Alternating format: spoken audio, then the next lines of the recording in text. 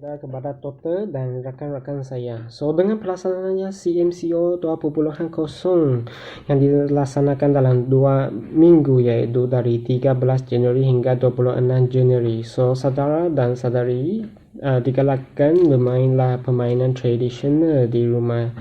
Seperti permainan tradisional seperti congkak, guli, lompat ketat dan lain-lain. So, saya ialah ketua kumpulan dan dengan nombor matriks 201752 dan ahli-ahli kumpulan saya yang lain ialah Assalamualaikum dan salam sejahtera. Nama saya Siti Najihah binti Muhammad dan matrik nombor saya adalah 201751. Assalamualaikum.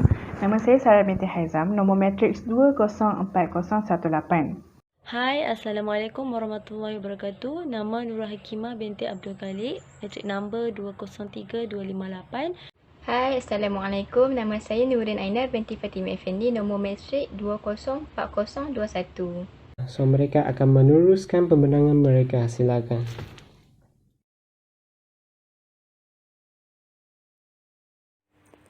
Menurut Kamus Dewan edisi keempat, permainan bermaksud sesuatu yang digunakan untuk bermain, sesuatu untuk bermain-main sahaja, mainan, perihal bermain, perbuatan bermain dan lain-lain.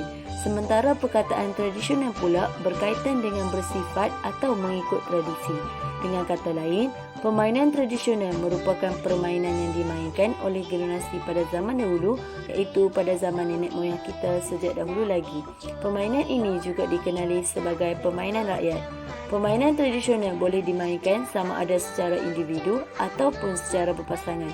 Boleh dimainkan di mana-mana sahaja, sama ada di dalam rumah atau di luar rumah. Ada di antara permainan tersebut tidak lagi dimainkan, terutamanya oleh generasi muda disebabkan tidak tahu cara bermain dan mereka lebih terdedah kepada permainan berteknologi terkini seperti permainan elektronik, khususnya games. Permainan guli merupakan permainan tradisional yang popular di kalangan etnik Melayu yang juga dikenali sebagai kelereng. Asal-usul permainan ini, sfera-sfera kecil daripada batu atau tanah liat bertarikh 3000 sebelum Masihi dijumpai di Mesir Purba dan hampir di kesemua tapak masyarakat purba dahulu. Permainan ini berkembang ke Romawi yang dijadikan sebagai permainan dalam festival Saturnalia. Abad ke-12, guli berkembang sebagai bola kecil ke Perancis, disebut sebagai bill, Belanda disebut sebagai knikkers, Inggeris disebut sebagai bowls atau knikkers dan Jerman disebut sebagai marbles.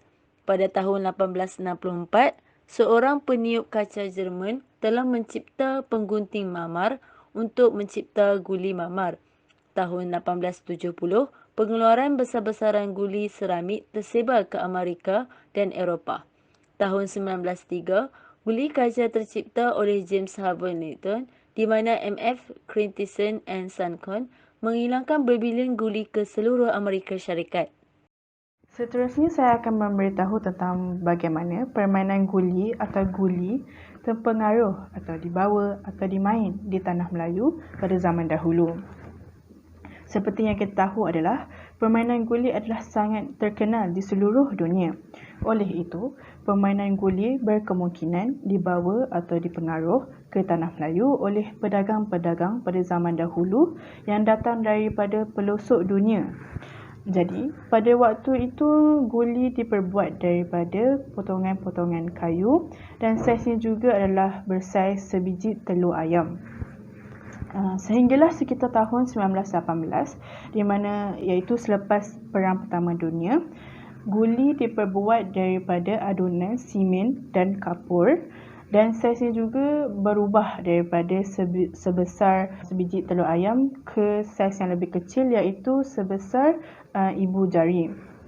Di sini kita dapat lihat bahawa pada zaman dahulu rakyat sebuah kawasan atau penduduk di sebuah kawasan itu akan membuat guli berdasarkan bahan-bahan yang sedia ada di sekitar mereka seperti tanah liat atau batu atau kapur, dan ia berubah kepada zaman sekarang di mana kita dapat lihat bahawa guli diperbuat secara keseluruhannya daripada kaca yang berbagai-bagai saiz dan sangat terkenal di seluruh dunia pada zaman sekarang. Kebanyakan permainan tradisional di Malaysia mempunyai keunikan yang tersendiri. Begitu juga dengan permainan guli. Permainan guli dikatakan unik kerana ia memerlukan kecekapan para pemain dalam menentukan sasaran sebelum melakukan lontaran.